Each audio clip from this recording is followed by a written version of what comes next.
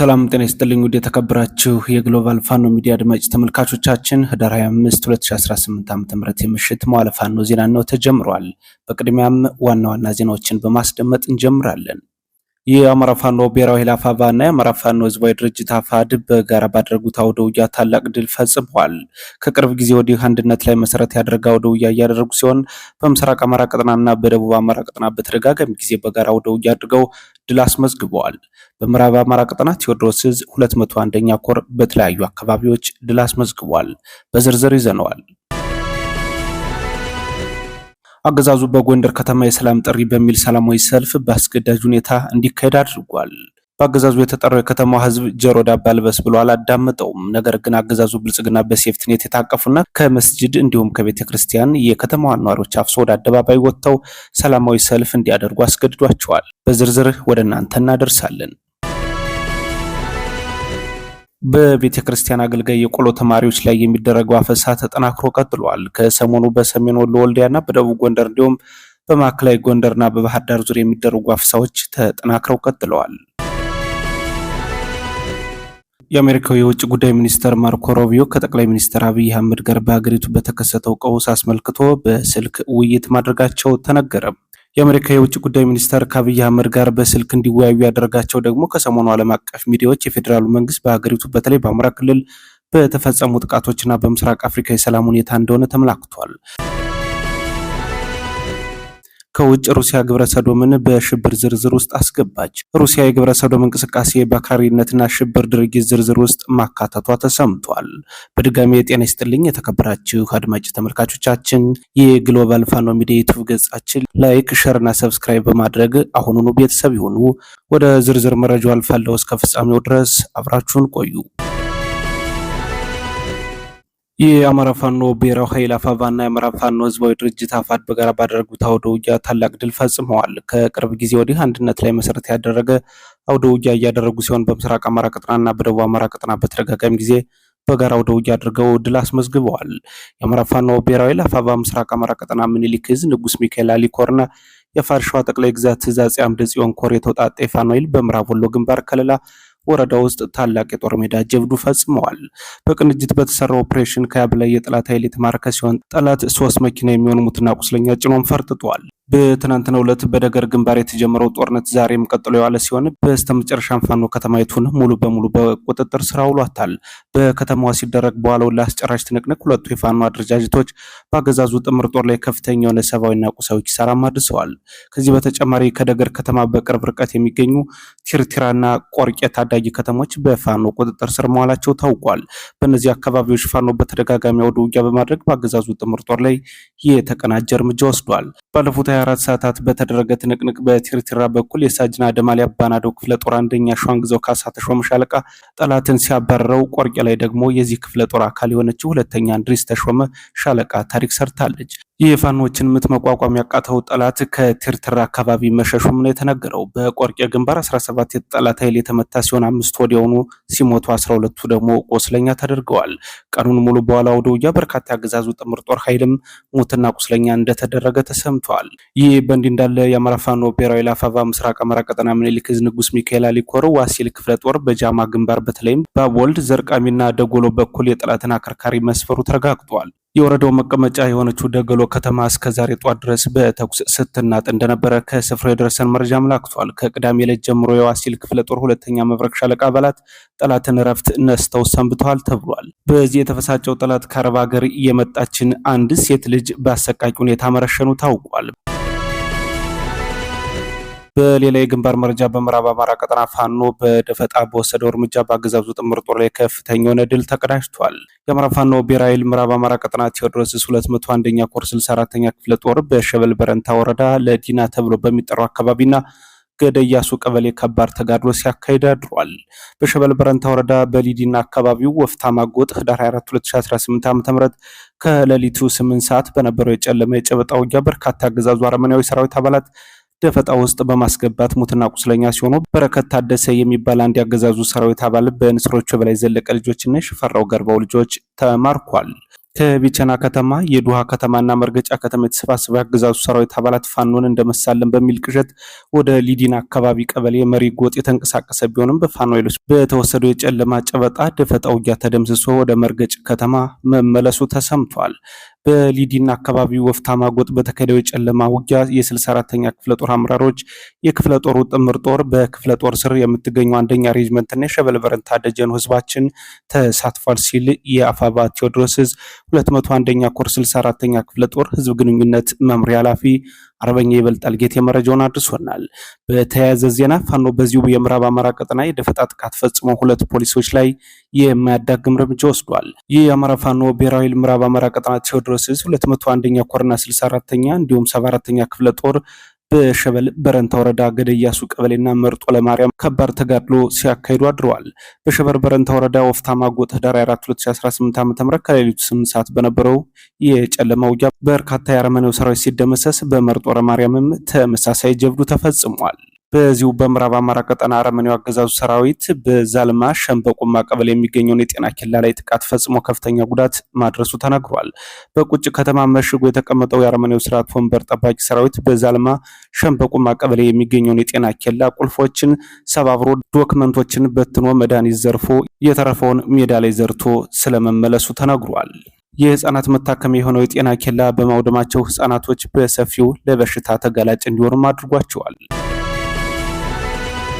የአማራ ፋኖ ብሔራዊ ሰሜን አማራ ቀጠና በላይ ዕዝ ዳግማዊ ቴዎድሮስ 5ኛ ኮር ባጃ ከተማን መቆጣጠሩን አስታወቀ። ዛሬ ህዳር 5 2018 ዓ.ም ከጠዋቱ 2 ሰዓት ጀምሮ የዳግማዊ ቴዎድሮስ 5ኛ ኮር አካሎች ጎንደር የበጋሻው ክፍለ ጦር፣ ታድሎ ብርሃን ክፍለ ጦር፣ የመብረቅ ክፍለ ጦር 2 ብርጌዶች አንድ ላይ በመቀናጀት ከጓኋላ መጥቶ ባጃ ከተማ ላይ የሰፈረውን የአብይ ወንበር አስጠባቂ ሰራዊት በፊት ለፊት ውጊያ ሲያሯሩጡት መዋላቸው ተሰምቷል።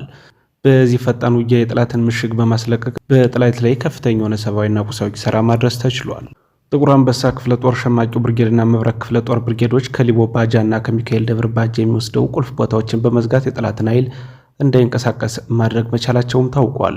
ውጊያው ለ8 ሰዓታት የዘለቀ ሲሆን በርካታ የጠላት ኃይል ሙትና ቁስለኛ ተደርጓል። በዚህ አውደ ውጊያ 15 ያገዛዙ ጥምር ጦር ሲደመሰስ 19 በላይ የሚሆኑ ደግሞ ቀላልና ከባድ ቁስለኛ መሆናቸው ተገልጿል። የፋሽስቱ አገዛዝ ቁልፍ የመረጃ ደህንነት እንዲሁም የመከላከያ መንገድ መሪ የሆኑ ባንዳዎች ራያ ቆቦ አራዱም ወታደራዊ ካምፕ ላይ እርምጃ ተወስዶባቸዋል ሲል የአማራ ፋኖ ብሔራዊ ምስራቅ አማራ ቀጠና ምኒልክ ዕዝ አስታውቋል። የራያ ቆቦ ወረዳ መረጃና ደህንነት የመከላከያ መንገድ መሪ እንዲሁም ንጹሃን አማራዎችን በማሳፈንና በማስረሸም ብሎም ወጣቱን በኃይል በማስገደድ ወደ መከላከያ በማስገባት የባንዳነት ተግባር ሲፈጽሙ የኖሩት የፋሽስቱ አገዛዝ ቁልፍ ሰዎች ወዳደር የራያ ቆቦ ወረዳ ካድሬ ሚሊሻዎች በሰማዕቶቹ ጀግኖች በእነ አርበኛ አለሙ ገብሩ፣ በእነ አርበኛ ዋሴ ከበደና በእነ አርበኛ ፍሬው አለንና ሌሎችም አርበኞች ልጆች በምስራቅ አማራ ኮር 2 ቀኝ አባሎች እርምጃ ተወስዶባቸዋል። ከአማራ ህዝብ ተፈጥረው ከፋሽስቱ የብልጽግና አገዛዝ ጋር በመተባበር የአማራ ህዝብ ላይ ዘር ማጥቃት እየፈጸሙ የኖሩት ወዳደሮች አቶ ጉሸሸ ደረሰን ጨምሮ 4 ባንዳዎች ዳር 4 2018 ዓ.ም ራያ ቆቦ አራዶም ወታደራዊ ካምፕ ላይ በምስራቅ አማራ ኮር 2 ቃኝ አባሎች እርምጃ ተወስዶባቸዋል። በቀጣይም እርምጃው ተጠናክሮ ይቀጥላል ሲል የአማራ ፋኖ ብሔራዊ ምስራቅ አማራ ቀጠና ምኒልክ ዕዝ ህዝብ ግንኙነት መምሪያ ኃላፊ መረጃውን አጋርቶናል። አገዛዙ በጎንደር ከተማ የሰላም ጥሪ በሚል ሰላማዊ ሰልፍ በአስገዳጅ ሁኔታ እንዲካሄድ አድርጓል። በአገዛዙ የተጠራው የከተማው ህዝብ ጆሮ ዳባ ልበስ ብሎ ወደ ሰልፉ አልወጣም ማለቱን ተከትሎ ነገር ግን አገዛዙ ብልጽግና በሴፍቲኔት የታቀፉና ከመስጂድ እንዲሁም ከቤተ ክርስቲያን የከተማዋን ነዋሪዎች አፍሶ ወደ አደባባይ ወጥተው ሰላማዊ ሰልፍ እንዲያደርጉ አስገድዷቸዋል። የአገዛዙ ምስለኔ የሀገር መከላከያ ሰራዊት ከሌሊቱ 10 ሰዓት ጀምሮ በሁሉም የከተማዋ ቤተ ክርስቲያን ተገኝቶ ወደ ቤተ ክርስቲያን የመጣውን ምዕመን አስገድዶ ሰልፍ አስወጥቶታል። የከተማዋን የሙስሊም ማህበረሰብ ደግሞ ለዛሬ ህዳር 25 2018 ዓ.ም በጧቱ በመስጂድ እንዲገኙ ካደረገ በኋላ በአስገዳጅ ሁኔታ ወደ አደባባይ እንዲወጡ አድርጓቸዋል። በዚህ ሰልፍ በማህበራዊ ሚዲያ ተጽዕኖ ፈጣሪዎችና ብዙ ተከታይ ያላቸው ግለሰቦች እንዲጋበዙ ተደርገዋል። ከተማዋ ሰላም ናት የሚል የማህበራዊ ሚዲያ ዘመቻ ሊጀመር እንደሆነና ብዙ ተከታይ ያላቸው የማህበራዊ ሚዲያ ባለቤቶች ደግሞ ረብጣ ገንዘብ እንደሚከፈላቸው ቃል ተገብቶላቸዋል። ነገር ግን አሁን በከተማ ውስጥ የወጣቶች አፈሳ፣ አስገድዶ መድፈር፣ ዘረፋ፣ እገታና ሌሎችም ወንጀሎች በአገዛዙ ጥምር ጦር የሰራዊት አባላት እየተፈጸሙ ቀጥለዋል። በጎንደር ከተማ የብልጽግና ተወካዮች ግን በማህበረሰቡ የሚፈጸሙ ወንጀሎችን ለመደበቅ አስገድዶ ሰላማዊ ሰልፍና በማህበራዊ ሚዲያ ብዙ ተከታዮች ባላቸው ግለሰቦች ለማስተባበል እየሞከረ ይገኛል። በቤተ ክርስቲያን አገልጋይ የቆሎ ተማሪዎች ላይ የሚደረገው አፈሳ ተጠናክሮ ቀጥሏል። ከሰሞኑ በሰሜን ወሎ ወልዲያና በደቡብ ጎንደር እንዲሁም በማዕከላዊ ጎንደርና ባህር ዳር ዙሪያ የሚደረጉ አፈሳዎች ተጠናክረው ቀጥለዋል። በደቡብ ጎንደርና በባህር ዳር ዙሪያ በመቶዎች የሚቆጠሩ የቆሎ ተማሪዎች ታፍሰው እንደተወሰዱ መረጃዎች ያመላክታሉ። ወልዲያ ከተማ ውስጥ የሚገኙ በርካታ የአብነት ተማሪዎች ከቤተ ክርስቲያን ቅጥር ግቢ ውስጥ ታፍሰው መወሰዳቸው ተረጋግጧል። በቅርብ ወራት በበርካታ ከተሞች ውስጥ ወጣቶች ከየመንገዱና ከስራ ቦታ እየታፈሱ ለስልጠና ወደ ካምፖች እየገቡ እንደሆነ በተደጋጋሚ መዘገባችን ይታወሳል። ዛሬ ከወልዲያ የደረሰን መረጃ እንደሚጠቁመው በርካታ የአብነት ተማሪዎች ባሳለፍነው ሳምንት ከቤተ ክርስቲያን ቅጥር ግቢ ውስጥ ታፍሰው ተወስደዋል። ስልካቸውን ከተቀሙ በኋላ ባሳለፍነው ሳምንት በሚሊሻዎች የተወሰዱት የአብነት ወይም የቤተ ክርስቲያን ተማሪዎቹ በወልዲያ ከተማ የሚገኘው የቲንፋዝ ደብረ በረከት ቅዱስ ጊዮርጊስ ቤተክርስቲያንና ሌሎች የቤተክርስቲያኖች ተማሪዎች መሆናቸው ታውቋል። ቲንፋዝ ደብረ በረከት ቅዱስ ጊዮርጊስ ቤተክርስቲያን የታፈሱ ተማሪዎች እንዲለቀቁ በደብዳቤ ብትጠይቅም እስካሁን ምላሽ አልተገኘም። አፍነው የወሰዱት የሚሊሻ አባላቱ በወሰዱት በእያንዳንዱ ተማሪ 7000 ብር እየጠየቁ መሆኑን የተማሪዎች ቤተሰብ ተናግረዋል። ታግተው የተወሰዱ ተማሪዎች ከቲንፋዝ ደብረ በረከት ቅዱስ ጊዮርጊስ ደብር 3፣ ከፒያሳ መንበረ ንግስት ቅድስት ኪዳነ ምሕረት ደብር 5፣ ከከተማ ውስጥ በሚገኙ ሌሎች ደብር የሚማሩ 15 ተማሪዎችም ታፍሰው ተወስደዋል። በአጠቃላይ ከ23 በላይ ተማሪዎች የተወሰዱ ሲሆን አሁን ላይ በከተማ ውስጥ በሚገኙ አንድ ቀበሌ ውስጥ ታስረው እንደሚገኙ ከቤተ ክርስቲያን የወጡ መረጃዎች አመላክተዋል። ባሳለፍነው ሐሙስ ከተያዙት ተማሪዎች መካከል አንደኛው አርብ ለማምለጥ ሲሞክር ከሚሊሻ በተተኮሰ ጥይት ተመትቶ ከፒያሳ ወደ ቲንፋዝ በሚወስደው መንገድ ላይ ሕይወቱ ማለፉ ታውቋል። በሌላ በኩል አዲስ አበባ ከተማ ውስጥ የሚኖሩ ኤርትራውያን ስደተኞች ታፍሰው ከተወሰዱ በኋላ ነፃ ለመሆን እስከ $1000 እየተጠየቁ እንደሆነ ተሰምቷል። ካሁን ቀደም ወጣቶቹ የደህንነት ስጋት ነው አጣርተን እንለቃለን ብለው የለቋቸው የነበረ ሲሆን አሁን ግን እስከ $1000 እየተጠየቅን ነው ብለዋል። የአሜሪካው የውጭ ጉዳይ ሚኒስተር ማርኮ ሩቢዮ ከጠቅላይ ሚኒስተር አብይ አህመድ ጋር በስልክ ውይይት አድርገዋል። የአሜሪካ የውጭ ጉዳይ ሚኒስተር ከአብይ አህመድ አሊ ጋር በስልክ እንዲወያዩ ያደርጋቸው ደግሞ ከሰሞኑ ዓለም አቀፍ ሚዲያዎች የፌዴራሉ መንግስት በአገሪቱ በተለይ በአማራ ክልል በተፈጸሙ ጥቃቶችና በምስራቅ አፍሪካ የሰላም ሁኔታ እንደሆነ ተመላክቷል። የአሜሪካ የውጭ ጉዳይ ሚኒስተር ማርኮ ሩቢዮ የአፍሪካ ቀንድ ሰላምና ቀጠናዊ መረጋጋትን በተመለከተ ከጠቅላይ ሚኒስተር አብይ አህመድ ጋር በስልክ መነጋገራቸውን የዋሽንግተን የውጭ ጉዳይ መስሪያ ቤት አስታውቋል። ኢትዮጵያ የቀጠናውን ሰላም በማናጋት ለምስራቅ አፍሪካ ሀገራት የሰላም አለመረጋጋት ዋና ምክንያት እንደሆነች በስልክ ልውጡ መነሳቱ ተገልጿል። በእርግጥ አንዳንድ ያገዛዙ ማህበራዊ ሚዲያ ጽንፈኞችና ልሳናቱ የአብይ አህመድና የአሜሪካ ውጭ ጉዳይ ሚኒስተር ማርኮ ሩቢዮ ያደረጉት የስልክ ውይይት በጥሩ ሁኔታ እንደተቋጨ አድርገው ዘግበውታል። የአሜሪካ የውጭ ጉዳይ መስሪያ ቤት ባወጣው አጭር መግለጫ የውጭ ጉዳይ ሚኒስተሩና የጠቅላይ ሚኒስተሩ ውይይት የተደረገው ረቡዕ ህዳር 4 2018 ዓ.ም መሆኑን አመላክቷል። በውይይቱ በርካታ ሀሳቦች የተነሱ ሲሆን የአሜሪካ ውጭ ጉዳይ ሚኒስተር ማርኮ ሩቢዮ ለብልጽግና አለቃ ኮምጠጥ ያለ ሀሳብ ሰንዝረዋል ተብሏል። ብልጽግና ግጭት ቀስቃሽና ጦርነት ጠማቂ እንዲሁም በዜጎች ላይ የሚፈጽመውን ጥቃት በአስቸኳይ እንዲያቆም ማስጠንቀቂያ ተሰጥቶታል። በተጨማሪም ዘጋርዲያን ይዞት ባወጣው መረጃ መሰረት የኢትዮጵያ መንግስት ከፋኖ ጋር እያደረገ ባለው ጦርነት ንጹሃን ዜጎች ላይ ያነጣጠረ ሰብአዊ ጥቃት ስለመፈጸሙ የአሜሪካ የውጭ ጉዳይ ሚኒስተር ማርኮ ሩቢዮ ገልጸው የብልጽግናው መንግስት ከድርጊቱ እንዲቆጠብ ማሳሰቢያ መስጠታቸው ጭምር ተገልጿል።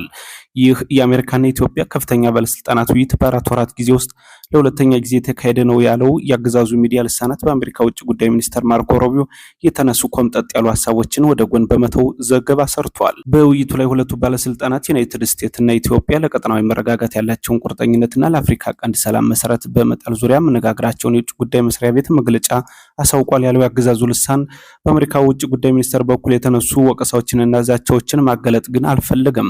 በእርግጥ የአሜሪካ ውጭ ጉዳይ ሚኒስተር ያወጣው ዘገባ ከተደረገው የስልክ ልውውጥ ተቀንጭቦ መሆኑ ተረጋግጧል። የኢትዮጵያን ውስጣዊ ጉዳዮች በተመለከተ ንግግር ስለማድረጋቸው በመግለጫው ላይ አልተጠቀሰም ሲል እውነታውን ለመደበቅ የተሄደበት ርቀት የአገዛዙን ብልጽግና የተዛባ የሚዲያ ምልከታን ያጋለጠ ስለመሆኑ ተነግሯል። በጠቅላይ ሚኒስትር አብይና በውጭ ጉዳይ ሚኒስተሩ ሩቢዮ መካከል የተደረገው ውይይት በተመለከተ በውጭ ጉዳይ መስሪያ ቤቱ ምክትል ቃል አቀባይ በኩል የተላለፈው መልእክት በአንድ አረፍተ ነገር የተጠቃለለና ዝርዝር ጉዳዮችን ያላዘ ሲሆን በስልክ ልውውጡ ግን በርካታ ወቀሳዎችና ትችቶች እንደነበሩ ተነስተዋል። ከውጭ ሩሲያ ግብረ ሰዶምን በሽብር ዝርዝር ውስጥ አስገባች። ሩሲያ የግብረ ሶዶም እንቅስቃሴን በአክራሪነትና ሽብር ድርጊት ዝርዝር ውስጥ ማካተቷ ተሰምቷል። የተመሳሳይ ጾታ እንቅስቃሴ አራማጅ በአክራሪነትና በአሸባሪነት ዝርዝር ውስጥ እንዲካተቱ የሩሲያ ጠቅላይ ፍርድ ቤት መወሰኑን የሩሲያ ሚዲያዎች ዘገባ ያመላክታል። ውሳኔው የግብረ ሶዶማውያንና ትራንስጀንደር ተወካዮች ለእስርና ለሽብርተኝነት ቅጣት የሚዳረግ ነው ተብሏል። የሩሲያ ውሳኔ ዓለም አቀፍ የግብረ ሰዶም ማህበራት እንቅስቃሴና መዋቅራዊ አደረጃጀቱን ጭምር ይመለከታል ተብሏል። በሩሲያ ምድር የግብረ ሰዶም እንቅስቃሴ መደረግ ከዚህ በኋላ በአሸባሪነት አስከስሶ ዘብጥያ የሚያስወርድ ከባድ ወንጀል ሆኗል። በአገሪቱ የግብረ ሰዶማዊ እንቅስቃሴ የሚደግፉና የሚያስፋፉ አካላት ከጊዜ ወደ ጊዜ እየጨመረ መምጣቱም ይነገራል። የእንቅስቃሴ አራማጆች መሰረት ሩሲያ ባላንጣ ካደረገቻቸው ከነ አሜሪካና አውሮፓ ምድር የሚነሳ መሆኑን ደግሞ የቭላዲሚር ፑቲን አስተዳደር አስቆጥቷል። እንደ አሜሪካ ያሉ ሀገራት የግብረ ሰዶማውያን እንቅስቃሴ እንደ መብት ቆጥረው እያስፋፉት ሲሆን ግብረ ሰዶማዊነት ከምዕራቡ ዓለም አልፎ እስከ አፍሪካ የዘለቀ ሲሆን አንዳንድ ሀገራት እንቅስቃሴውን በሕግ እያገዱም ይገኛሉ። ከሰሞኑ ሩሲያ የወሰነችው ውሳኔም ይህንን ለሚቃወሙ ሀገራት እንደ ትልቅ ስኬት ተቆጥሯል። በድጋሚ የጤና ይስጥልኝ የተከበራችሁ አድማጭ ተመልካቾቻችን ለዛሬ ህዳር 25 2018 ዓ.ም ለምሽት ያዘጋጀንላችሁ አበይት መረጃዎች የተከታተላችሁትን ይመስል ነበር። ከኛ ጋር ቆይታ ስላደረጋችሁ እጅግ አድርገን እናመሰግናለን። በያላችሁበት መልካም ጊዜ ጤና ይስጥልኝ።